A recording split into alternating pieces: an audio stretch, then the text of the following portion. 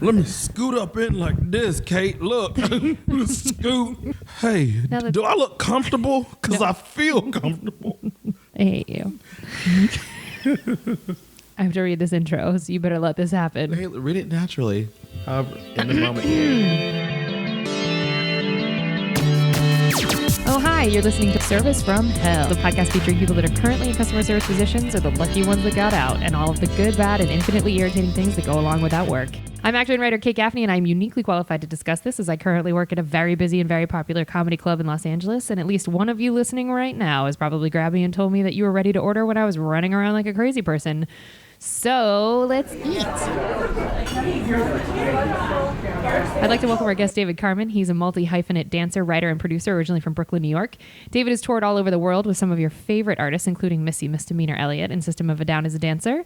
You may also have seen his movements as Louis the Alligator and The Princess and the Frog, or more recently, you may have seen him in Brooklyn Nine-Nine and or heard his voice in the international film market on various independent projects. I better know David from meeting him in the halls of Second City at a callback for an audition. David, please tell us about yourself. Tie in the wind. Oh, I'm sorry. I hate you so sorry. much. I wanted to make sure if there were any nails out there that they were able to understand.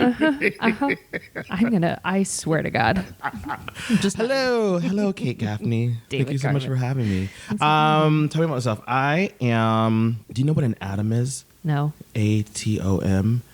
I know what it is. Okay. Well, that's what we're made of, and that's what started the universe, and that's what started me. Sorry, Kate. This is going to be the whole fucking interview. This is a problem when you interview someone that knows you this well. This is just, here we go. So, yeah, how far back do you want me to go? So when you were an Atom, we started there. That's your fault. So I grew up performing. In Brooklyn, NYC? Brooklyn, NYC. So originally from New York, then we moved down to Atlanta. I kind of hopped around to different other places, went to school, college, university. So I just got back from London town. David lived in London for like 3 years and decided that he's now British. So people call me Madonna. So okay, great. Because I have this transatlantic accent. I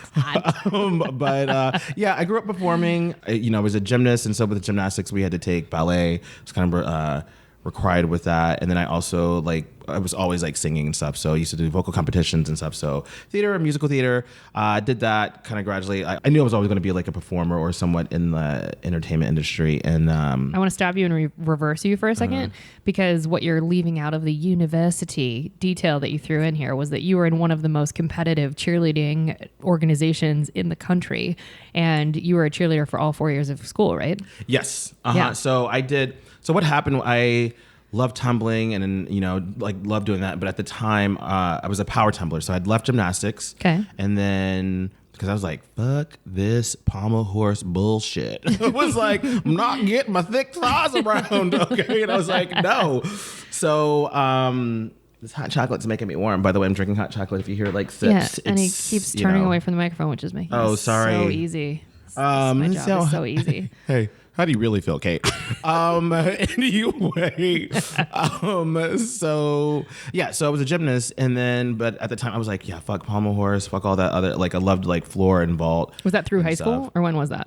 Or was that? Yeah, that was through, I was in high school and stuff like that, and then I left and did power tumbling, and I was like, oh my god, this is it. It's 8 by 80 feet. That's that running. Strip. Yeah, that long strip. Yeah, and it was amazing. I was like, oh my god, this is perfect. I loved it, and then at that time, it was the only one in the only one in Atlanta at that time. So, and our coach left. So we were kind of what are we doing? Kind of done.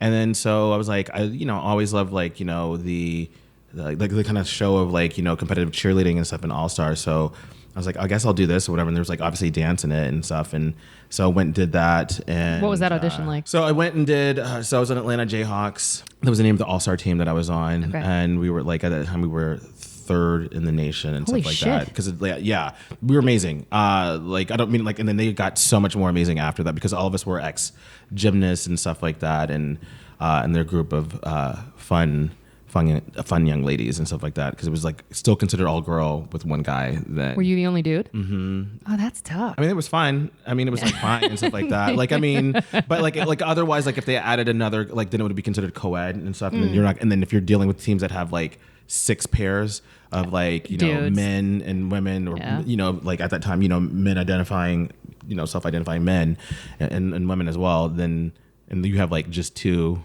dudes on there, you're not gonna do well. Fucked, yeah. So I did that, and then, you know, you can get scholarships and stuff like that, and like to go to college to cheer. And I wound up, I was looking at whatever schools like Ohio State and whatever and stuff like that, Whoop, and whoop, Michigan. OH, I know, baby. whoop, whoop, I know, Buckeyes. Yeah, but then you chose the traitor. I chose. You chose the I terrible chose team. greatness. Oh, vomit. Go blue. I swear to Go God, blue. that's the only time you get to say that on this podcast. That's it. Don't you dare. I Hail can see to you. the victors. David! Hail to I'm the gonna conquering heroes. Hail, hate you. hail to Michigan. I'm editing. There's a trap music.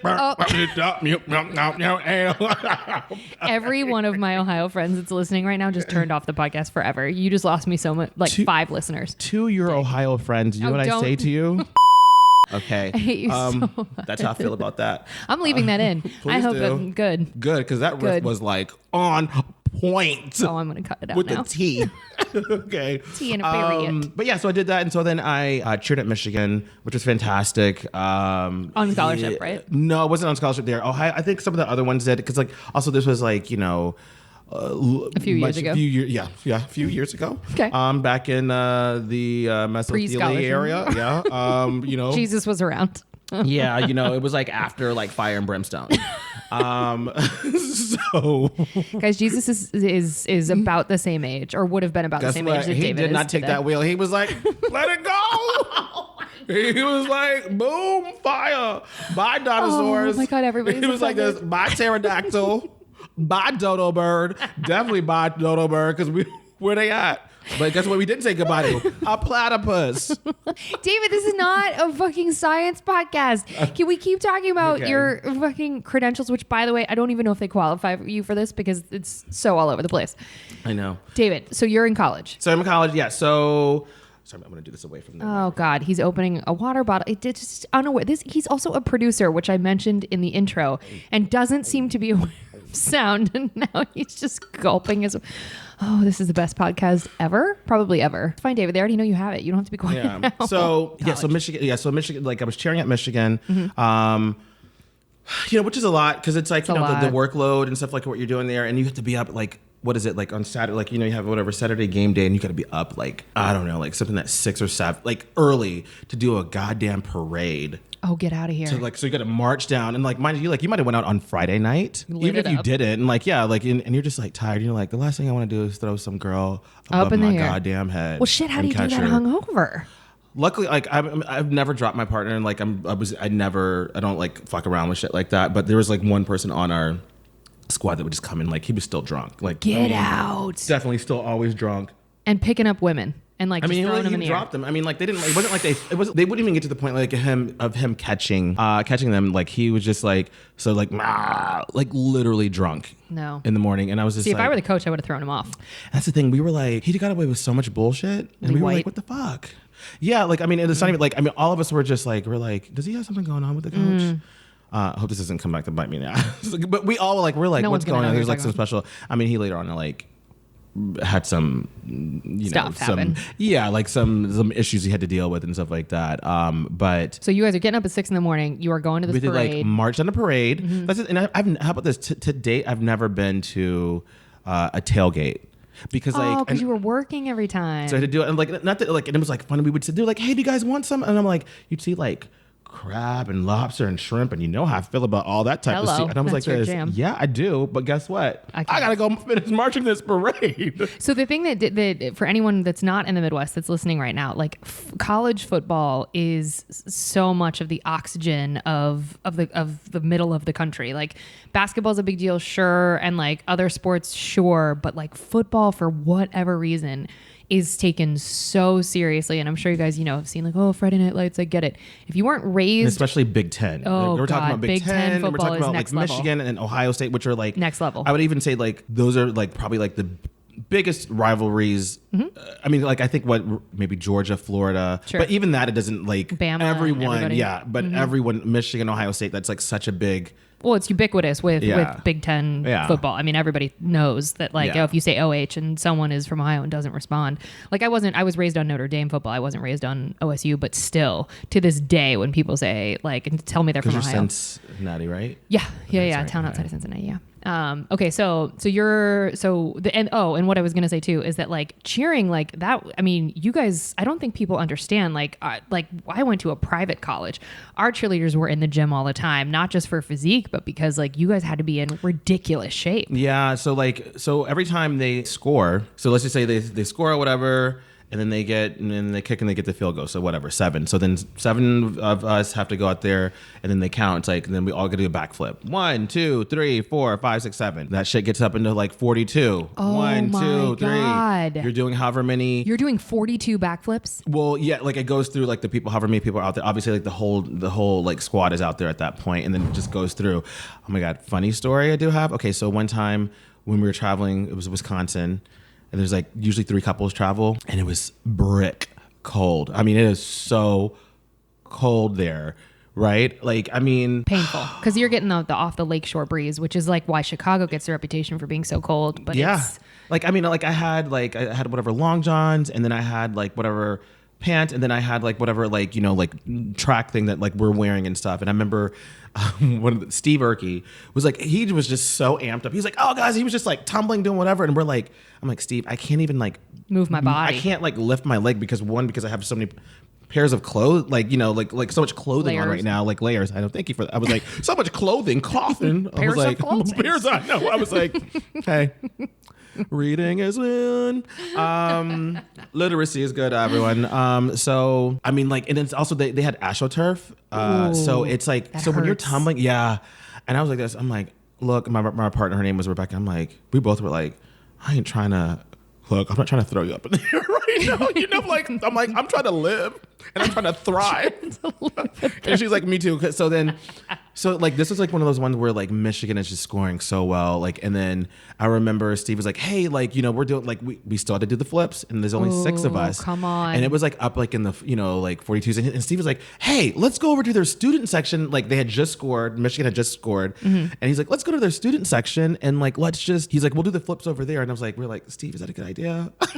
Steve, think this through, Steve. I'm like looking at hindsight in the future, Steve, and I'm telling you right now, this is not a good idea. So we walk over there, all 6 of us, we go over there, and they're like, 1, 2, 3, whatever. So like what? So yeah. So that means we have like at least 7, right? Each. Yeah. We get through like like that third one, and I'm like, it's not looking good, right? so like it's like, oh, right, and then like my partner Rebecca is like there, and then like I'm like 4-pointing it, which means like like I'm landing short, but like kind of like whatever, like I'm still making over. I'm not landing on my hands, and I'm like Steve or whatever, and so like. Getting that 4th one, I'm like, gets to that 5th one, I look at Rebecca and so I'm like, barely make it over. Oh my God. And I was like, Rebecca, I'm like, what? I'm like, you better do this. I'm like, if I gotta do it, you better do it. And then like, I landed horribly, and then she did whatever, and then she goes, so we go back to the other one. I was like, I just, whatever. And I was like, she's like, David, she's like, I did a backward roll. I was like, you did what? So she just literally did a backward roll. Can you describe to people who don't know what that is? So if you have a standing back, So if you have a standing back tuck, you obviously are, you're jumping up in the air, bring your knees to your chest to like do a full revolution over to land back on your feet. A backward roll means you were like, imagine like you're bending down, your back is hitting the ground to roll over with your chin into your chest, your knees are going up. That is what she did. Bless she her. She hit no air. Okay. she made contact with turf the whole time. She hit all land. Okay. She was right. She hit all land. All land. Oh my God. And wait, did you guys do a 7th? I mean, we just all were like, Steve, Done. we're not making, and then mind you, we're doing this in front of their student so they're section. mad. Well, no, they're laughing at us because we're not making these flips over. So, no, they're not even mad. They're like, yeah, keep going, you failures. I mean, thank God social media was not like a thing because, like, I mean, and also like like our coach was very like we could like you're when you're wearing whatever type of thing and representing like the school, like making sure that you represent like, but we're like, I'm like, Steve, we can't. It is so like it was snowing at that point too. It could have been better. Like it's snowing, and I mean like on I'm talking about AstroTurf too. For anyone who's played sports outside, that is basically cement with fucking pins coming out of it. When you fall, it hurts so much. Oh my god, yeah, and so then after that we were like, Bye, that's Steve. a wrap. That's a wrap. We are cut off. Okay, like we're like 86 on that, 86 on these flips if they score again. Language. Good job, David. But there was like a really funny story like where. I mean, there's probably like plenty more and stuff, but so that was college for you. It was college, yes. Uh-huh. So you're doing all of that, and then, but the whole time, did you major in theater? I was looking at schools for performance and like whatever type of performing arts, and wanted to go to school for like musical theater, but like it was one of those things in the back of my head at like because I was doing that anyway. Meaning you were performing in school productions? Yeah, I was performing in school like productions, and I was doing stuff outside, and like I was still like competing like vocally and stuff like that, and I was like, well, should I get like an actual college experience and stuff? So I did get into Michigan in terms of like their musical theater program and stuff. But then I wound up like not doing that, and I wound up like majoring in like like fun stuff like economics and Spanish. You idiot! Did you really? Yeah. Economics. That class was. And then I was still dancing while I danced like at Michigan and stuff like that, like kind of towards the end and stuff. So. Oh, you're so smart. Ugh. And then I was like taking whatever acting classes and stuff like that. But I was just like. But yeah, that's another thing. Like also when you're cheering, it's when you're doing when basketball season comes, that's hard because those games are during the week. So that's the other thing to jump in on here too. What other people don't realize is that like, so sometimes people get like a basketball scholarship and that will ride them through the whole year, but they're training with the basketball team and having a basketball season, which is smart and good and obviously logical, right? Everybody knows that. Cheerleaders for most major universities, and I don't know if this is true for all Big Ten, I'm pretty sure it's true for OSU as well, but you guys are the touchstone cheerleaders for all the sports that have cheerleaders. So you don't get a season off. You are all year round. So you might you'll usually, you'll have like your varsity squad and you'll have your JV. And so like maybe JV might do something like swimming. Oh, so like, yeah, I remember one time they were like, hey, we're going to have you guys at a hockey game. I was like, the fuck? Yeah. How? Where? And I'm where? like, I'm not trying to have like a puck go on my eye. Like I barely can see. That's true. David is practically blind. Yeah. I can't imagine. Am I? Or do I just see through rose colored? Oh, okay. Like, keep brush past this. Here we go.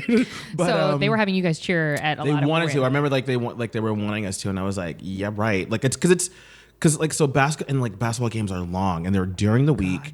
So that's like 4 hours and like you have whatever homework, you're not getting back until like, I don't know, 11, 12 or whatever, not including like the time you have to get there and you got to prep, then you got to do all the stuff beforehand, you're doing whatever. It's like, they face it like, and I'm not complaining about that, but it's just a lot. Hard. A lot. You didn't realize like what you had to do. Basketball season. That's why when people shit all over cheerleaders for not being athletes, I'm like, are we sure? Are we sure they're not athletes? I mean, and now that's the thing. I think in terms of like a lot of schools, like throughout everywhere, like it is considered a sport. Now it is. Now it is. Yeah. At the time, it wasn't and stuff like that. So like that means also they could offer more scholarships, which is great, and people could be able to like kind of fund schooling and stuff and education, which everyone should be able to go to like school for fucking free. Facts. This is a whole other podcast. Come at me. Come at everybody. That's so true. You don't major in musical theater. You major in economics and Spanish. And like, you're such an ass. By the time like I was in that, like I was like, I need to get out of this. But I was like, I couldn't be like one of those people who was like, I'm a 5-year. I'm here forever. No, I got the same speech. It was like, you get 4 years. Like, I mean, I got out early. Like, luckily, I went in there with a lot of credits. Oh, smart. And like I already had a good amount of credits. Like whether it was like from AP or just like I already had started taking like some college classes. Because what David refuses to acknowledge is that he's incredibly intelligent, and that's the last time you will ever hear me say that. Right? Your ego needs no more feeding. What? Wait, tie in the wind. Stop it. Will you talk into the goddamn tie in the wind? Tie in the wind. So very timely Nell reference. Jodie Foster's dying. But yeah, now. So like I had like done stuff during the summer, and then because like I graduated high school early just because I was like, I'm ready to get the fuck out and just here. do my thing, and then I graduated there early as well. Because I just like you were over it. I was just ready to do, like I knew I wanted to like live and perform and whatever. So I was like, I know this is what I want to do, and so let me just go ahead and get out and do that. So what happens after college? You just go straight to New York? Go to New York. Okay, so I was trying to graduate early. My grandmother got sick, And so I was like trying to graduate early so that she would be able to go to the graduation and stuff like that. Wow. And then it was like a whole cancer thing and things got expedited, as well as like with, cause I was like, cause I was gonna do what my brother did when he like, was in college. He like went and stayed with my grandmother in New York and stuff. And then, but like things happened quickly. Then she passed away really quickly. So like I kind of had to expedite like the job search. And cause I was just gonna like take my time, and I was like, oh, like, well, I'll just quickly work in advertising. I didn't know this. Yeah, I worked at Ogilvy and Mather. Get out of here. The things you learn about your friends when you put them on your podcast. I did not know Which that. is a great company, and they were like really fun, and like, and they. Oh, right out of college, working in advertising is really fun. It is, but you're also like working with a lot of like younger people and like people that might be a little bit older than you, like in terms of like, they might be like late 20s, maybe even early 30s, like at that time, and that are just climbing and will do whatever they need to do. I had like a really passive aggressive boss. Of course. Who was awful. Female? And it wasn't because of that. It was just like, she was just very okay. So I had two bosses, like, cause like with the two different campaigns that I was on, and in two different accounts. One of them was like mad cool. Like she kind of left me to do my own thing and just do whatever, but check in with me. And the other one was just like a horrible person. Like, she would try to like make words like status a verb. And I was like, it's not a fucking, but she's like, can we status in the morning? I'm like, can you use it properly? And she wore Clinique Happy. Oh God! Now you smell it and you're like, ugh. Yeah, and like, she was just an awful human being. But so you do that. How long do you work in advertising? I only was there for about like a year or so. Okay, and then are you auditioning during that whole time? It was hard because it was like, and mind you, like I wasn't making, like I was living in New York. Oh, advertising, they pay you nothing. But luckily I was making, because like I remember I had like interviewed. I looked at like, whatever PR jobs, because I was like, oh, let me see. And I was like, oh, if I'm working in advertising, maybe I'll get to meet whatever. I just like was like, Smart. hey, this will be a through line to like entertainment, like whatever other director type of stuff. Oh yeah, so I was looking at some of the PR places, especially like when it's kind of like anything, like whether you're auditioning or interviewing, like the more you do it, the more you know the right thing to say in order to like get you to the next step. 100%. Whether or not you believe it or not, doesn't matter. Because you're playing the game. You're just like, I'll always tell you what you want to hear. Yeah. Where do I see myself in 5 years? That's Subway. why they call me Chocolate David. No, boy. They call me Chocolate. Do we call you that? I think we mostly call you annoying. I think they call me Chocolate Kiss. Okay, great. That's great. I hate you so much. Okay, so you're working in advertising, but you're not able to audition because you're poor as fuck. I was dancing. I was dancing a lot. I was dancing in terms of like still training and just making sure I was like as as up to par as like I could be in terms of like in terms of like whatever. But it was hard because it was like I was working. That's what I was saying with the PR job. So I remember they gave me an offer, and do you know how much it was that they offered me? Like $12,000 or something. It was like, I want to say it might have been like 18, 17, I was kidding. Are you kidding me? And I was like, you couldn't live on that 40 years ago. You would have to live with family in order to like survive with that, because I was like, that's not going to be pay for my Metro card at all. So much as food, housing, it was something crazy like that. And I was like, what? I was like, thank you so much. I'm gonna pass. Yeah. Horde. Yeah. Horde. So I was working at Ogilvy. Yeah, so then I took Ogilvy and stuff like that, which was great. But it was also, I remember one time they would just like look at you all kind of, not they, I would say it was her. And she was like, when I was like leaving, because I wanted to go take whatever class, and I would leave like at like 6:30 or something like that. But mind you, like I'm coming from Brooklyn at the time, and I would get there like around 8 or something, and she's like, oh, look who's leaving early. And I'm like, that kind of that whole type of thing. And I'm just like, crazy. Bitch, this work is going to be here tomorrow. I'm like, hello. I'm like, isn't like you said, priorities? You got to prioritize, David. Good What for is you. important? Good for you. So sorry. Did you hear that? Yeah, I did. Oh God. So did the entire audience. You're like, so did the universe. But I'm just keeping my legs in a nice, like, good open second position. So, like, guess what? My knee tops don't hit the mic stand. Thank you again. You mean don't hit it again? Okay, so you're working. So you say no to the PR job. Mm-hmm. You're like, the advertising's killing you. You're still dancing, but you're not really able to audition. What transitions you in New York into being able to be like an artist? So as stuff was kind of going along, I was like still like dancing and performing and whatever, or just like at least like heavily still training at that point. It just got to the point with the job, like I was trying to do as best as I could, and I don't want to like blame everything on her. But having a shitty boss matters. Because like my other boss was not. Yeah. And like the other bosses that were their bosses, which were also my bosses as well, they were fantastic. Like it's just I remember sometimes she would talk about like her boyfriend and like whatever. I'm like, I'm not whatever you have going on, like it's being projected onto me. Like I'm not trying to be like you. I'm trying to create my own path, and you're not allowing me to do that. So there was some resentment that you were being an artist. Yeah, and because like I remember like. And this is the thing. I remember when I made it through whatever levels of like the interview, because like I remember, I think Mike Vaughn was like the head of whatever, and he was like, "So how did you get here?" And I was like, "Oh, I just like reached out and whatever." He's like, "No, how did you get here?" Because like usually it's one of those things where people know people. Nepotism. Yeah, and because like I think he was just like, I don't understand. Who do you know? I mean, he understood why I was there and why I made it through the process, but like he was like, "Well," I'm like, "Well, I just had like." I mean, obviously, I just like pressed on and like made it work because I had interviewed with another account through there or whatever and stuff like that.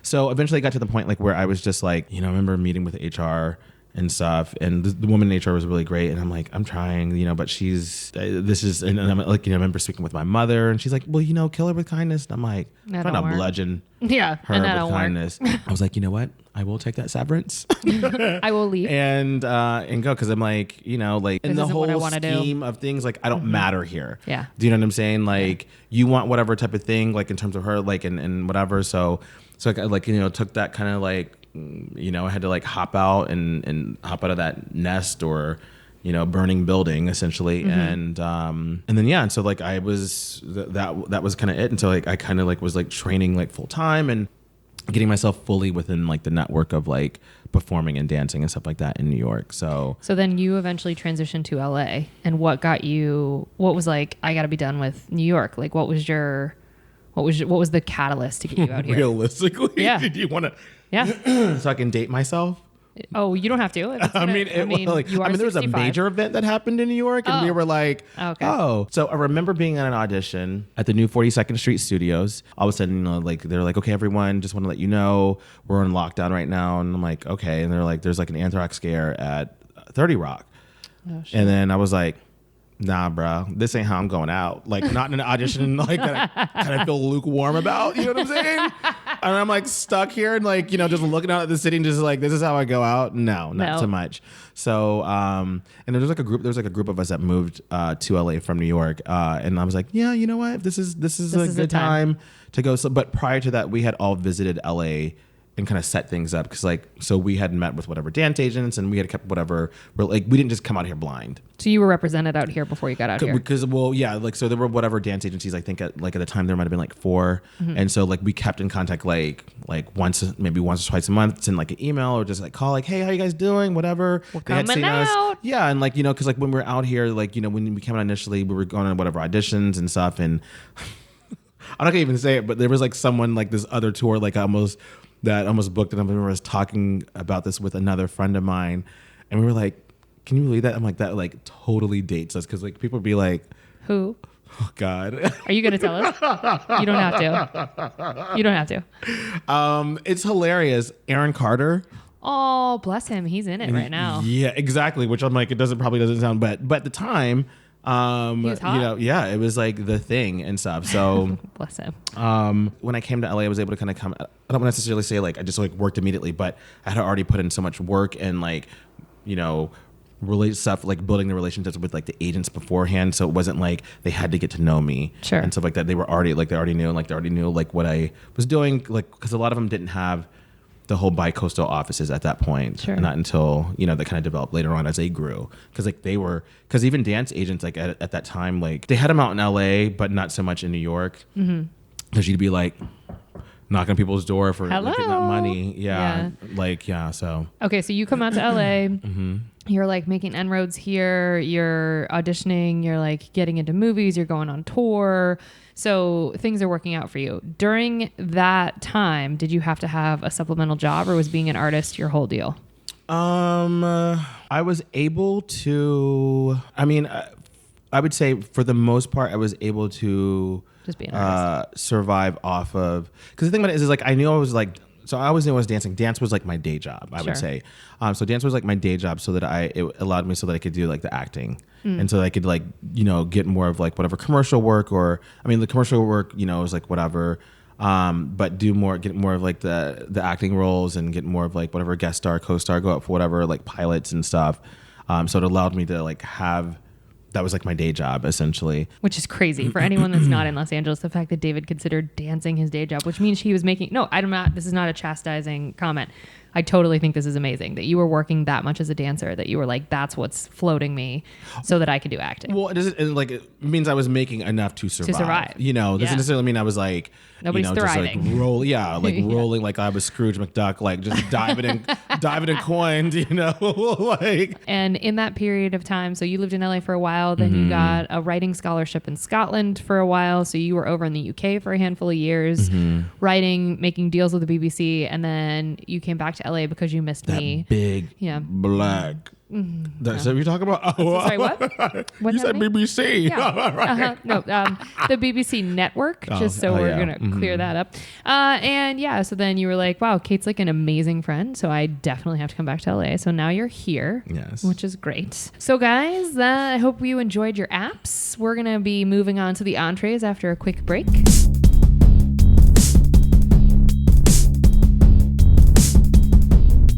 Okay, we are back, and now it's time for the entrees because David's gonna get some rapid fire questions. Okay, what was your first job ever? Ever? First job ever. Oh, you know what? Was it my first job? At least like first that I can remember. Okay. I think I worked Kroger. Oh, it sure. was a bag. You were a bag boy? Bag boy? Bag person? Yeah, I was like, bag person, bag boy. Yeah. I identify as a boy. Okay, so I can say bag boy to you. But not as in boy, as in like, you know, like the black pejorative, like, hey, boy. Oh, okay, so let's go with just person because that feels way less scary for me to say. But I know you want to say it, so. I do because I don't like you, but it's unrelated to your race. It's just I just don't like you. So I was a bag boy. Okay. At Kroger. Kroger would be essentially like wherever you are, Ralph's or Von Vons or anything. You know, David. They told me. I remember one time they were like, "Hey." I feel like because I got Kroger, like at that time you could be like 14 or 15 and work. Yeah. I don't know how that is now. No, you can still. So you can still do okay. Because like I don't think you could be like a cashier at that. No, age. you could do, but like bagging groceries. You could do. So I remember they were like, "Hey, we need you to go clean out the bathroom." Ooh, and I was at like, 14? Something like that. That's exploiting. And I was you. like That's this. Well, here, I was like this. I know. Oh, really? And I was like, okay. I was like, clean out the bathroom. I was like, I don't even clean the bathroom in like my house. Like, what? Who's she? I was like, who are you talking to? So I was like, okay. So then I was like, clean out the bathroom. So like, I just took that dirty ass mop that in that yellow bucket. Oh God. Sludged in the water and ran it around the toilet seat. Seat, folks. The seat where some of you sit. Dummies sit down. I don't sit down in public restrooms, but a lot of people do. I have a friend that doesn't like paper, but he'll clean it off. You know, he'll get water and like clean. I'm like, are you kidding me? I'm like, no. Hover. You ain't got to sit. No. Okay, so that was your first job. How many customer service jobs have you had? And feel free to count them if you don't have to count them. Or you can. I would count that as customer service, by the way. That one, maybe like 3 or 4, I think. I would add teaching. Yeah. So maybe like 3, 4, or 5. Yeah. Okay. What was your of minus like acting and dancing and all of the fun shit that we're all out here to do? What was your favorite job of those sort of drudgery jobs? I shouldn't say drudgery, that's not fair, but like of the survival jobs, what was your favorite? It sounds like advertising was pretty stellar for you. I mean, advertising was fun because working at Ogilvy was great because it was actually fun. Like the people there were great. Like they had a thing called Thirsty Thursdays. Of course they did. You know, because like they knew you were working there because like you're working there till like 9. Yeah, you have no social life. And this is the thing, you're working like 60, 70 hours a week. Yep. So I couldn't even get another job if I wanted to like supplement my income. 100%. So and they know that. Yeah. But yeah, and then also they would like give you like whatever day off and they'd have like a list of things like, hey, go to the Met, go to Coney Island, go to like wherever. They're like, please don't have a mental breakdown. Go to these places. They wanted you to like, which was see the city. Doing this like so long ago. I feel like there was like one. Okay, it was fun just because like the people I worked with were great. Like there was like this one this might have been like just in the interim, like after I had finished Ogilvy, and I was like, I need to get something. So I was like at this like temp place, and before I was able to kind of get on my feet. I remember there's this. We were in this small office. It was like, it was like I mean, there should have been some type of labor laws with this because it's like we were in like this small room, like like it would have been like like I don't know, like 4 by 10 or something like Jesus. that. How many people? And we're at maybe at 4 or 5. And No, we're that's- at I a would desk, have and like had- there's a no. woman in there, and she'd always come and like check. She's like, "Are you guys on the internet?" You know, like literally. And she had like crusty lips too. I remember that. But I Gross. just remember this kid, Gary. He was like mad cool. It was just funny going there because like we, you know, you just had camaraderie. Like you're like we're just dealing with this bullshit. Yeah. And there was like this other guy who was like, I don't know, let's just call him Mr. Seductive because like he was like, I am so sexy, right? Okay. He also like was like, he's like, yeah, you know, like so I did this book cover and I was like, oh, cool, like what is that? Like literally like one of those book Shirtless covers. book covers. Yeah, you know, he was like, you know, I think he considered himself like a Nubian god. Was he? I mean, he was like, Ish. like he had a good body. He was, I think maybe like just his personality was like, we were just Flat. like, It was yeah, flat. we're like, I'm like, that's not enough. But this was your favorite job that you're describing right It was now? fun because like Gary was bad cool. Like we like totally hit it off, became like good friends and stuff like that. What was And this job in the I don't even prison remember, cell? like- You don't know what you were doing? You were just in this It was small like room? an office, and like I remember like our supervisor, she'd just come and she's like, you know, using on whatever power you know that she had because like she's like this. The world is mean to me, so I'm gonna be mean to you. Oh, and we're just God, like, the number you know, of so jobs that's that- and like we would be like, is she coming now? She was like, what is that? She was kind of like that woman. Oh gosh, and Matilda. What was her don't name? You remember. remember the woman who like tormented those kids? That's what she tried to be, but we're like, we don't care enough about this, and we don't care enough about you. That's the So- most dangerous thing for a boss is when you have a bunch of employees that are detached. You are, as a boss, you'll never win. Yeah, and I'm like this. You're gonna be doing more work anyway. Like Yeah. if you get rid of us right now, so Pick your battles, lady. calm Okay. What, yourself. what was your least favorite of all of your jobs? Least favorite. I feel like you mentioned Macy's and how you worked there for like a day. I mean, it was just hilarious. I mean, I did glean some things from Macy's. How How many days did you actually work there? Because it was like during the holiday season. You know, they need more people. Yeah, yeah. I can't remember. It was probably so long. It was probably so quick that I can't remember. That's the thing. It's Like a week, would you say? Less than a If week? that. Really? What happened? Gosh, like I just remember. Okay, so this is the thing. I remember initially going. I went to like whatever.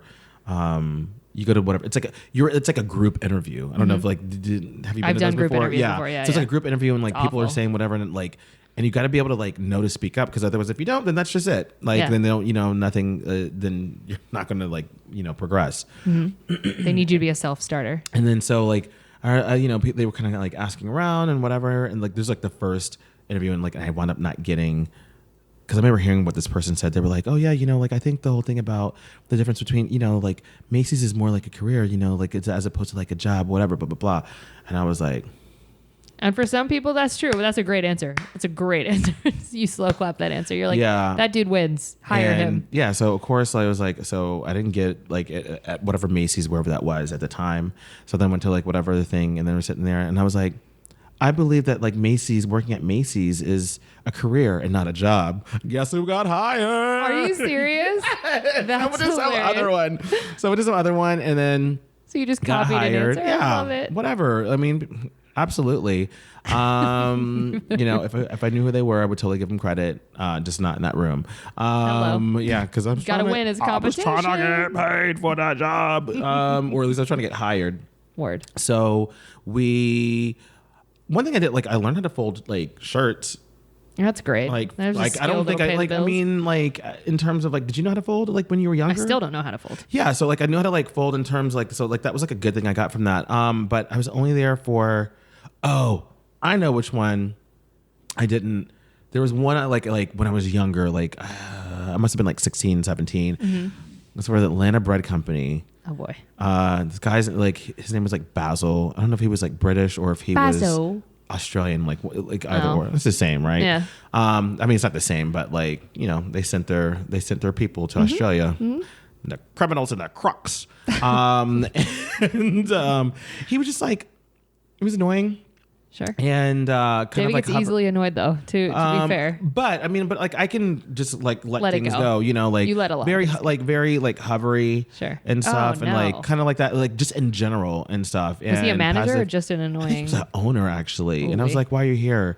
Because he owns the I know. I was like, why You're are like, you "Hey, here? Owner, please go away. Yeah. Basso. Yeah, that one. Right? Did I work there? I think I did. I worked there really quickly. But like Breadco doing like sandwiches and shit like that. Is that what you mean? Yeah, because it was like sandwiches. Is it like a Panera? Yes, Okay. exactly. Okay. Yeah, it was definitely like a Panera for Okay. sure. Or St. Bread Louis bowls. Breadco for my St. Louis people. Yeah. Okay. And I mean that was like so quick that I don't remember, obviously, unless like it was so traumatic that I can't remember. Well, we're just gonna say that was your least favorite then. Right. Great. Yeah. Okay.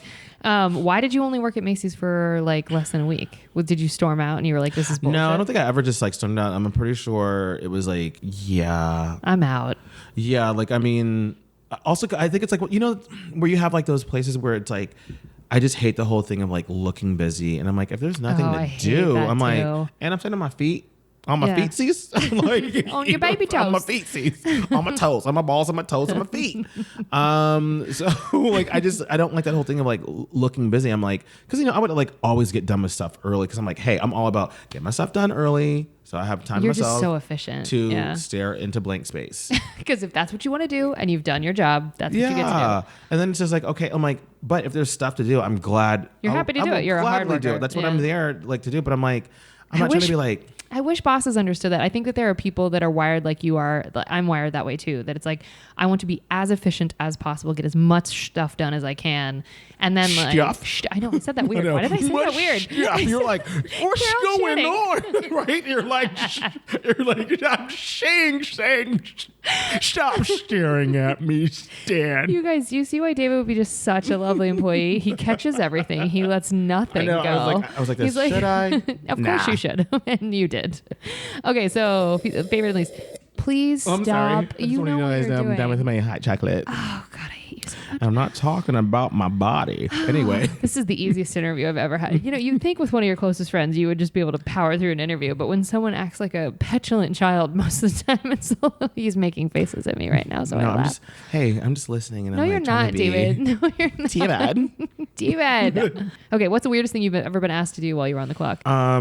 Besides that whole clean the bathroom, I thought, That's pretty. I mean, although that's not really weird, but at that time I was like, For a bag person, that's pretty. I was like, that's you're not you're getting paid taking me away enough. from the bags. Yeah, which need to get filled. And you're taking me away from getting tips, Would you get tipped? Well, at that time, if you took people, they're, out to their car, you get a little tip. Are we supposed to tip? That's a good. No, I mean, it's a nice people thing to just would, but I think at places like Publix, you're not supposed to. They don't there's an want you Albertsons by my house where I live out here in LA, and this guy was really lovely and saw I was buying a bunch of chocolate chips for myself to eat because I just like to eat raw chocolate chips, and he was like, "Oh, you must be baking cookies," and I was so mortified. I was like, "I am," Right? Because I had like 3 bags of chocolate chips, and he was like, You're like, I'm happy.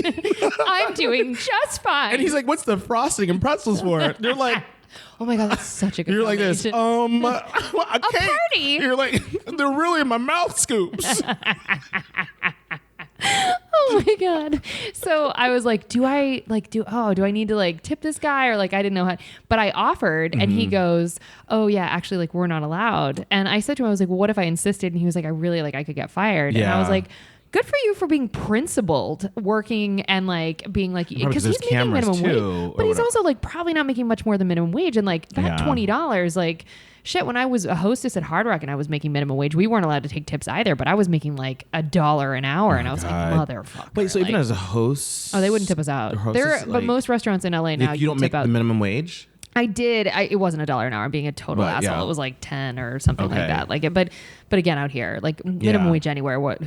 Anyway? Yeah, there needs to be a living wage. Diatribe. What the initial question was? What's the weirdest thing you've ever been asked while on the clock? I mean, you know what? Okay, so I also teach, and I enjoy teaching, and I like teaching. He's a good I feel teacher. if you have whatever information, might as well go, be able to kind of pass along type Sure. of thing and stuff. And you're You know, patient with people- teaching. You're very patient. And so I remember I was teaching this very well, very high kind of well-known kids program for sketch writing and improv or whatever. And there's a lot of high profile people there. Oh, I remember this. And I think I had I might have specifically, so it was kind of a rotation type of thing we were doing, because it was kind of a boot camp where they're learning just stuff in a very kind of truncated amount of time. And So I was just doing sketch writing and stuff, and I had the tweens. Yeah, like 11 to like 12 and a half. Everybody was under. Nobody was 11 a to teenager. 13 actually. 11 to 13. Teenager. 11 Okay. to 13. That's right. Sorry. And then because then it went 14 plus. Okay. And and they're great, but like that's like a weird age where they're like kind of get cliquey and whatever. Sure. Mean. And yeah, totally. Just yeah. But I would like Squash stop that shit, Yeah, squash you it like don't real whatever. So like really high profile people send their kids there and stuff like that, and they're great and they're all fantastic and because like in general, and especially in terms of like anything performative and whether I don't care whether it's writing, whether it's you're acting, singing, whatever. I like to make sure like the space that we're in is like a safe space for them like to try and just do whatever it is that they want to do, and just not feel shame for it or guilt. I'm like go big and like this is the place to try this stuff. And so one of the kids who was like great, like he was just hilarious, but he wasn't into it. Like I could just tell him like he probably needs to be in another camp, like, or he just needs to not be here because like, I mean, his father was like this very huge producer, really nice guy, and he was like, hey, how's he doing or whatever and stuff like that. I'm like, oh, he's great, but he was just like, I could tell he was just bored, he was just bored. This like wasn't his thing, and then the father's girlfriend, I remember came one day to pick him up, because she had done like improv and sketch comedy like in Chicago in Second City or something like that, like many years back, and she's a very successful, very well-known actress and stuff. And I remember like it's not Tina Fey, guys. Don't think it's not. No, Tina I don't Fey. like Tina Fey would know not to do this. Like she would know. Yeah, go ahead. And so they were in there, and I like remember, I don't know, like I think she like somehow got called out or whatever, and I was like, oh hi, how are you doing? And stuff. She's like, hey, just wondering, she was like, I was just wondering how he's doing and stuff. And I was like, oh, well, he's doing well. She's like, well, maybe I could go in there. And I was like, I'm sorry, what? What do you mean go in there? And she's like, oh, like, just to like maybe go and sit in the class. And like, how do you think that's going to make him perform better? How do you think that's going to make him feel like, and I'm like, I can't have you in there. Then every other parent's going to want to do that. Also, it's not about you. Hello. I had to like obviously articulate this in like the best way, and I was like, oh, like I'm like, I thank you for caring and stuff like that, and I'll gladly speak to you about this like afterwards and stuff. But I have to like, I'm like, as a performer that this needs to be a safe space for for these young performers to try and do whatever. And once someone outside of me as an adult goes in there, that's just gonna automatically change like the dynamic, and also change like they're just. Now you've like affected something else because they're going to think something's wrong, and I just need them to like play and not worry about anything. And like right now, this is like projecting stuff on not just onto him, on the but entire to everyone else and stuff, just because of whatever concern you might have for him. I mean, I think the real concern is like asking him what he wants to do. That's a question to ask outside of this and stuff. And she was like very insistent about it, and I was just like, no, as Roger would say. Hit that pitch pipe. That's that pitch pipe. That was from Who Framed Roger Rabbit. Again, like these timely references. No, Roger from American Dad. Oh. No, I mean I can't play it because like you don't got no rights. No, I don't. I sure don't. Way to give credit to Seth MacFarlane and the gang though. Yeah. Good job, you. What's up? Hello.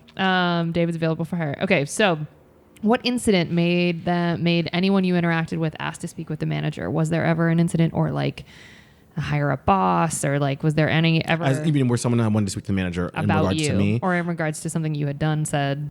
I mean, probably at Ogilvy with my boss. Okay. Nothing overt. Not them, but you know what the thing is? Like I think with her, because like I think in like what stuff that kind of got brought to HR, but I'm like I am doing my job, like I am doing whatever, but.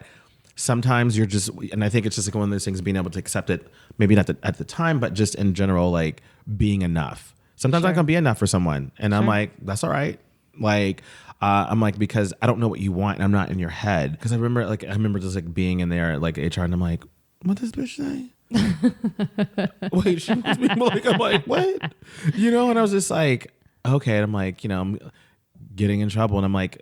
And then it's like supposed to just like act like everything's like okay, and I'm like, but also like there was like a thing of like not recognizing how passive aggressive she actually was to me in terms of like getting stuff done. I mean that's like one of the main things I could say in terms of like getting kind of not necessarily getting reprimanded, but like David's in trouble, you know, because like I always kind of steered away from because it's like I always just like would just do my shit. Your job. And, yeah, but you know, like I said, sometimes it's not enough. You know, but as long as you're working, you know, and like working to improve, like I think that's all that kind of the best you can do, and it may not work out.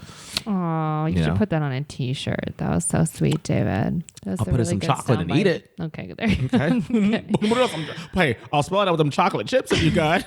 I'm Kate, and I buy 3 bags of chocolate chips. I do. Okay. I do. Because guess what?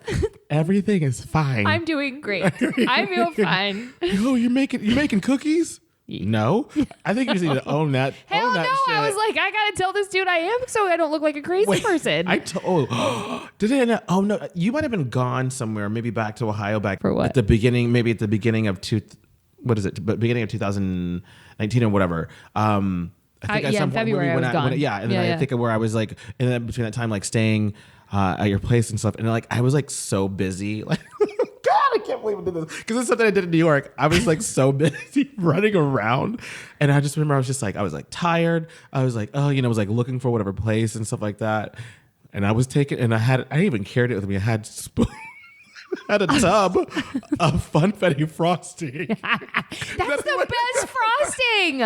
Oh my God. Would you just eat it out of the tub? I was just eating it out of the tub. Oh, shame eating. Like, I do it too. But I was like, oh, and I kept it in the refrigerator, you know? So I was like, Chris. whatever. Oh, it's so cold and But delicious. but would you ever dip pretzels in that? No, Have you it's ever the done greatest. Yeah. You made reference to that earlier in this podcast, and I said it is the greatest snack of all time. Now I have to do gluten free, but like like pretzels and frosting is magic. Yeah, because like I was like so busy, and I was just like this. And I'm like, this makes me feel better. Like, life is good. Life is. I'm doing fine. I'm fine. Okay. As Firuza Balk said at the end of the craft, I'm fine. David, this podcast is I can't get through this with you because we have 100 stories that we could share with each other that's so inside baseball. It's like our friendship inside baseball. Okay. What's the last straw that got you out of your like last customer service job or any customer service job? Like I know you can't really remember the Macy's one, but like what's like a final thing that you were like, I'm done. I think like anything that like is usually kind of like a top up type of thing. That's like enough to like make me like what do you mean top up? Like in terms of like how like the overall structure of it is running. If it's not run, you're to the out. point like where it's just like if I'm trying to do whatever I can and it just doesn't make a differance, then you'll like go. then it's just like I can't do any more than what I'm doing right now because it's so healthy. I mean, it's not a customer service, but like there was something I was producing, you know, unscripted TV. Mm-hmm. It's my nice way of saying reality TV. Yeah, I heard it. And you know, and it's just like I understand they like drama for the camera, but it doesn't have to be like that behind the camera in terms of like because I'm always like plan for chaos, and so that's like you know have like different plans of action. There was like something one time we're shooting like. One of the contestants was like two teams and they were shooting like commercials, like they were gonna make their own commercial and whatever. And I was like, and in one of the teams there was like one guy and then the rest were women, and then the other one was like I think maybe all women or something like that, which is fantastic. You know, they were like, and so they were pulling whatever clothes like for the you know potential shoot that they were gonna do. And they didn't pull any men's clothing. And I was like, you guys should pull some men's clothing because what if they whatever? They're like, no. What happened? They wound up making him the person on camera. And he had to wear clothing that he wasn't comfortable in? Well, there was no clothing pulled. Jesus. So day of, whatever, he had to do that. And, you know, also like and just making sure just like having like the right size for him, the right fit, making sure that he feels comfortable. He was a bigger person, making sure that he feels comfortable wearing whatever. And I'm just like, it doesn't have to be like just stuff like that. And I'm like, Did you walk away from that set? I didn't walk away. I was just like this. I was like, I'm gonna sit here and watch it. I'm gonna watch y'all watch this like, crumble. There's nothing like I told you. Do you know what I'm saying? Yeah. And it's not even like I told you so. It's just like, hey guys, I tried to bring this up. For this. Yeah. So it's a very easy thing to whatever. So you're saying like if the functional structure of any business that you're or set that you're a part of is from the top down dysfunctional, you're out.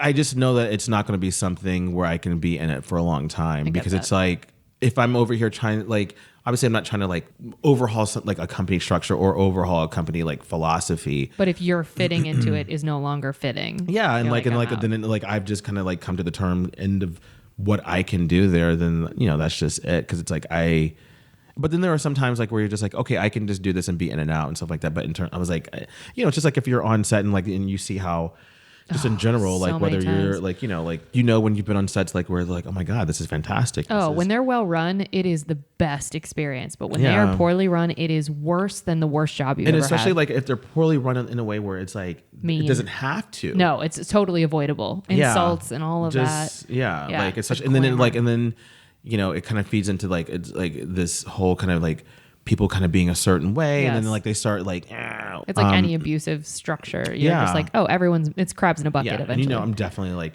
I'm not about that at all. No, like, nor am I. Like it should be just because some things might be higher stakes and high, like, and maybe there might be some stress involved in it. Like you can also make sure like that one, you enjoy what you're doing. Hello. Two, that it's not that important to like, make sure that there's like respect all around and Agreed. stuff. So Okay. I don't know. Yeah. Do you tip? Always. How much?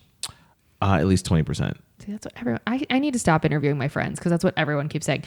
Is there anything, which is actually a really good thing? It makes me proud of my friends. Is there anything that would ever make you not tip? Like, have you ever stiffed anyone? The only way, like, I don't, like, I can't recall, so I don't think I ever have. nice. The only way I think I would ever not is like if the actual server was just like a fucking asshole to me, like in terms of like that, but otherwise, like, I understand like stuff is coming from like a lot of it's not their fault. A lot of it's like the kitchen. Like I see, like I look around, I'm like, oh, okay, like you're handling one section by yourself. Like I just feel like there's bigger things going on in the world than me like getting mad at like a person trying to run a whole room. I thank you for saying that. So it's like I don't like. You don't punish them for that. No, it's not they're just there working. Now, mind you, like if they're like an asshole, Sure, they're rude. you know, if they're just like rude or whatever. But it's just like, like I understand, like you just like check. It's kind of like this. It's like they just check in and they're like, hey, I'm so, they don't have to like apologize. Like, hey, it's really busy right now. I'm going to be with you in a second, whatever. It's almost like like if someone's sending out like an email that I'm like, guys, all you got to do is just like confirm an email. Like just send a holding email because I'm like, that's the quickest way to get dropped by an agent. I'm like, just be like, hey, got it. Get this stuff to you the next couple days. Boom. Boom. Do you know what I'm saying? That's it. Just queuing people in, letting them know. Yeah. But like, so communication. yeah, that's it. Just no, it's not their fault. Like no. Have you ever worked a position where, like in any customer service job, that really required tips and that was your main sort of source of income? No, I don't think I have. Like not like where like tips were keeping you afloat. Yeah. Okay. No, I just feel like it's just, I know I'm going on a meal. Like I just know I have to, it's like, if I want to check my bag, I got to spend $25. Mm-hmm. Do you know what I'm saying? It's like, I'm going to go out to a meal. Like this is just part of like me getting a meal or getting whatever. I agree. So I don't know. Like a lot of people like try to like do all this like logic to not do it. And I'm like, it's just, yeah. You're going to, really? You're saving, like how much are you really saving? Mm-hmm. Have you ever been fired from a job? Oh yeah, probably. Yeah. Again, okay. I'm pretty sure I pressed that trauma into like a little hole in my stomach. Okay, great. It's very helpful for the podcast. Have I been fired? I think technically I was fired from Kroger. Oh, okay. I think my mother had to go up there. Barbara. Yeah, Barbara had to go up there, handle some things. Oh, I love it. My mother was not having it. She was I not the one. Do not try her today. Yeah. What's the worst customer you've ever interacted with? Do you remember? Or is that in that same little hole? Worst customer, like, oh, okay. I can like, there's one in terms of like teaching. There was one. Yeah, I remember. So it's funny. So like both my friend and I were teaching at this, it was the same place, like from the prior story, if you heard earlier. And like, so like the classes were so big that we wound up, splitting them. But like, so we both had to like say like, hypothetically it might have been like the tweens, right? So we had like 11 to 13. So he had one group and I had one group and like we split up. And so we made sure that they were all, and like the week has come, like we were all on the same schedule so that we could do whatever stuff combined together. At the end, this mother comes in, she was like, why are my girls in this class? I want them in your class. And like, we're like in the office. And I was like, oh, well, Tim is a really good teacher. I'm changing his name. Yeah. I was like, Tim's a really good teacher. And they were like, we just feel like some of the people in that class aren't whatever. And I was like, these people have been taking whatever. And then like, she goes in this whole rant about like, well, my daughter does whatever. Like John Lovitz, does John Lovitz like teach I think I have like a stand-up comedy thing for like young kids. And I was like, well, good. Wait, what did she say about him? She's like, well, my daughter's already taken like, classes there and whatever. And she needs to be in your class. And I was like, do you see what uproar you're making right now? Why would I want your daughter in my class? Hello, I have to deal with you. And I was like, no. I was like, absolutely not. And then because like she essentially was bad mouthing the other teacher who's like that's a not good okay. friend of mine. Yeah. And I was like, Don't he's do a that. fucking phenomenal teacher. We've both been teaching here for a while, and like I mean, he's just like a great teacher. And I was like, don't do that. That's not okay. Like, I mean, they're gonna get amazing stuff from No matter him. what. Yeah, no matter what. And I'm like, and if not, then stop. Yeah, hello. You Find know? somewhere else. I was like, no, go. Walk out the door. Okay. Have you ever been rendered speechless at a job, whether it was teach any of your jobs, where you were like, I literally have nothing to say right now. I am floored. For sure. I think definitely like whether you're dealing with stuff in education or like, I mean, all of it like, is somewhat in customer service. Just, oh, yes. Yes. I'm thinking about one time like on set and stuff like that. And like my jaw was like on the floor dealing with this one producer, and they were just so aggro. I would just remember Producer that's aggro? but I mean, I just remember like and it's funny because it's like every other, like all my other experiences with producers have been like great, mind you, like there might be other things that they do, but this one literally, we broke for lunch early. We got lunch early, and I remember like I went and left and came back early, and I was like reading. I was reading like Twilight. Like that was when Twilight. You're so I was like, cool. I know. I was like, because like everyone was reading, because like they were talking about. I was like, okay, let me read this book, and I was like, okay. So I was just sitting there, like just whatever. I was there early. Like I was like had 45 minutes Sure. left, and so he comes back, and then like. And, just kind of sitting there and just like reading, and he comes like into like the rehearsal space, and he just kind of looks around. He's like, David, and like kicks us out, basically fires us. This was when you were a dancer. Yes, I was dancing and acting. Yeah, and like kicks us out. We're all fired at that moment, and we're like, what? Like he was just like on whatever thing, and I was just like, what? What was the reason for firing you? Because you guys were sitting around? Our On your lunch lunch wasn't break? even over. Our lunch wasn't even over. And like there were people who weren't even back yet. And so he didn't let them in. Oh, He's like, get "You're-" outta here. Yeah. This whole kind of production was like this, kind of from the get. It was a mess. It was a mess. It was Didn't he have to hire you all back too after that outrage? Well, of course, because it's like everyone called their agent. And they were like, "What is he going on?" and stuff like that. He's just like, like I'm under, and I'm like, I get it if you're under pressure. You know what you do?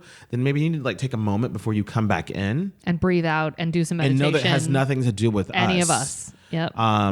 Like I get that, but like You're making us responsible for things that are not our business. yeah, it was just like I mean, it was like imagine like there were at least like 40 people that he like fired. That he in that just moment. fired in that moment. I mean, like, Cool. and obviously we weren't like because like we all called our agent. I was like, I'm not pressed about this right now because like I know you're having a tantrum, but it was annoying. We're just like, what? And I was like.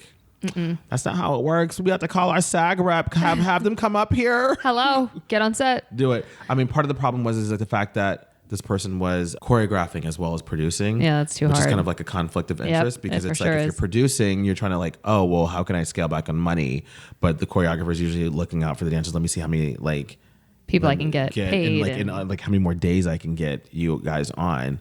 So it was. And so An I'm pretty sure he was imbalance. dealing with a lot, and not saying he wasn't. Maybe not, like in that moment, he did not handle it well. Okay. Now, on to the good stuff. We hope you guys saved room for dessert. We're going to take a break.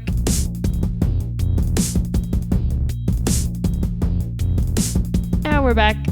Okay, David. What is the nicest thing a customer or a student or like anyone has done for you whilst you were working? You know, it's funny. I remember, like, I volunteer like with like these younger girls, like this cheerleading squad, like in Santa Monica. They're kids, and you're just like, oh my god, you guys, like, just do it, But it was like crazy because it came like around to like the end of the year.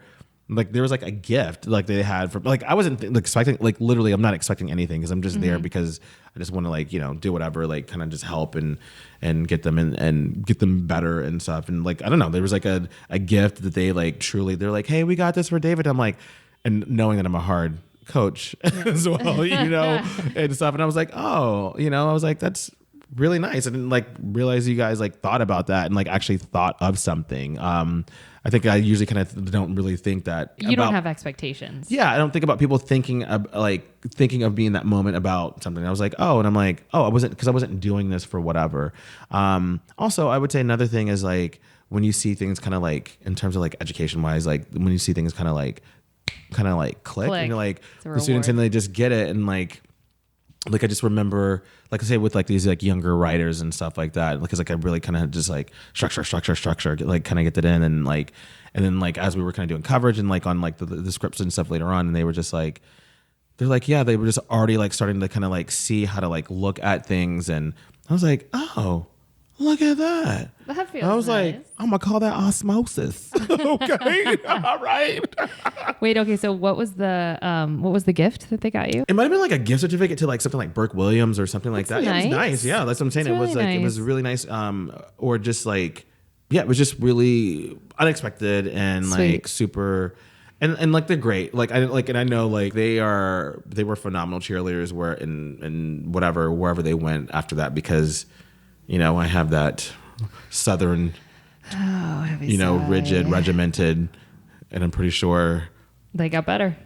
because I remember when my friend who we used to coach them together, was always we had to flip whenever it was like good coach, bad cop, good cop, bad cop, and stuff. And I was like, do it again. I was like, when you don't fall is when we stop. Jesus. Like, but it's like you gotta like, because my thing is like you gotta know, and you gotta know how to move on and be able to move on, and like something does happen out there. I mean, the good thing about it is like they were phenomenal. Like especially they were like a good group, and it's crazy now they're like grown now. It's like crazy. It is crazy. But yeah. Okay, what's the best lesson you've learned in any of these, like either customer service jobs or like, well, I still consider teaching customer service. So like, what's the best lesson you've learned? Best lesson I've learned, I would say. This reminds me of It's Always Sunny when Danny DeVito's like, dead air. I know. He's eating in the mic. Yeah. No, it's not your fault. I'm supposed to be filling the space. But he's like eating cashews. Right. I could wish I you had a chill on the cashew, eating- like a salt and pepper cashew. Focus on the question, David. What is the best? You have no yummy. advice. You're a teacher. You Wait, have so no- like what's the best? the best, or not advice, like a lesson. The best lesson you were like, I learned this. I mean, I guess it's different. Like in terms of like teaching, it's just kind of like everyone will do it in their own pace, and you I have like to, and you that. have to like be okay with that, because like I know I might be very much like, okay, I do this and whatever, and I might have this expectation, but it's like I can't. Like you are going to do it, and I think it's also like very like a parent thing, how our parents or at Raised least us, sure. like hopefully Sure. like they're so and so learns a certain way and whatever, and they'll get it. But like, yeah, in terms of like kind of like teaching, that they will have to get it in their own way, and that's fine. Mm-hmm. And they don't have to get it in some other way, but like just knowing that it is fine how they absorb and like get that information, as long as they ask questions to make sure it's fine. In terms of like maybe like some other stuff, those jobs don't have to define you. I think that's the main thing, because like sometimes it's like, especially if specifically you're talking to someone who's involved in like the arts or whatever, and a lot of times you're like, oh my god, if I do this, like, and it's just like, no, like if you need to make money, you need to make money, and you're doing that, and it's not all of who you are.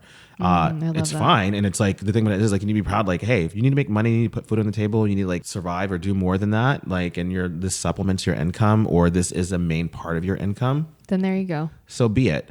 And the thing about it is like it doesn't have to be like some mark on you in the sense that like, oh my god, like I'm in the service industry, or oh my god, I'm whatever. It's like you're working, you're like making ends meet, or doing better, or like I don't know. And also it's like one of those things like you never know like what type of effect you have on someone. Sure. Just the fact of like asking someone how their day was and stuff like that, and could have like prevented or just helped them along their way. So I totally agree. That sort of answers my next question of one piece of advice you would give to customers who interact with customer service workers. I feel like you've just answered that. I mean, like I would just say like, be nice. Be nice. Be nice, and be like, be aware that they're in it with you. Hello. We're trying to do That's this. We're trying to have this experience a together. lot of it doesn't do, things don't go the way. Like just, there's always a way to ask for what you want. And, you don't have to, oh my God, speaking of customer service, I mean, I was like on the phone with my mother today, and we had to like talk about like, it was like something with like an order that we like placed, and I was having to let this person have it, but in a nice way. Like, Sure. Because like all I said was like, I was like, hey, I just need, this is something that's been going on for like 6 months, like 4 6 Jesus. exactly. And I was like, they already said this, and I was like, because I need to speak with the supervisor. He's like, well, what can I was like, Nope. Please, no, thank you. Yeah. And I was like, I need to speak with so I spoke with the supervisor. And then I was like, and then he was like saying that, and he just kept repeating. I was like, you know what? I was like, thank you so much for how you help. I'm like, I need to speak to someone else. And then he was like, oh, and I was like, no. I was like, I really appreciate it, but I need to speak with someone else. I was like, I must. And then he was like, this, well, and I was like, you're not listening to me. Because like all you're doing is repeating. I'm like, he's like, we can give you assurance. I'm like, I'm not concerned with your assurance. Nope. What I'm like, you're not listening to me. I was like, this, all I've asked you for, I asked you for this. Like, I'm like, we're now 5 minutes into this. I was like, I just really wanted to speak with someone else that like, that's it. And then my mother was like, like what can happen is like, you can just go over there. She was like, cause she knows all about this stuff with the system. She's like, you can just blah, blah, blah, blah, blah, and walk that over and stuff. And he was like silent because she knew the process. Yeah. And she was like, and she was like, is that because you're not there where you can do that? Oh. And then he was like, I'll get someone on the line. Yeah. He's like, I'm out, way too much. I can't do this anymore. And yeah. So, I wasn't trying to be, definitely wasn't asking, but I was just like, I just needed, and then it got resolved after that. Of course it did. Yeah. Of course it did. Well, thank you so much for being on, David. How can people get in touch with you? If you want to go to my Twitter that I use once a year, every millennia or every, new era. Yeah. It is, if I'm not mistaken, it is Hey Dave Hey. Not Hey Davey, Hey. It's just Hey Dave. Hey Dave Hey. Mm-hmm. So HEYDAVEHEY. Okay. Yeah. And how can they see you in past or current episodes of anything that may have already aired or commercials that you're on? Just like, how do people get eyes on you if they want to see your beautiful, handsome face? Yeah, if they want to get eyes on me, just suck. Okay. All right. So Frog, the princess and the look frog. up in my eyes and then you Okay, great. So we're not answering that. Well, guys, we're going to drop checks now. Thank you so much for listening. If you want to help us out here, Service from Hell. Please leave a 5-star review on iTunes and tell your friends to listen, or on any platform in which you want to get this podcast. It will help us reach more people that need to be schooled in the art of being kind, and will be catharsis for those of us still working in the industry. Remember, if you can't afford to tip, you cannot afford to go out, so don't be garbage and be good to people. It's easier that way. Thank you so much, David. That's going to wrap us up here. Good night, everybody. You can say goodbye, David. Oh, good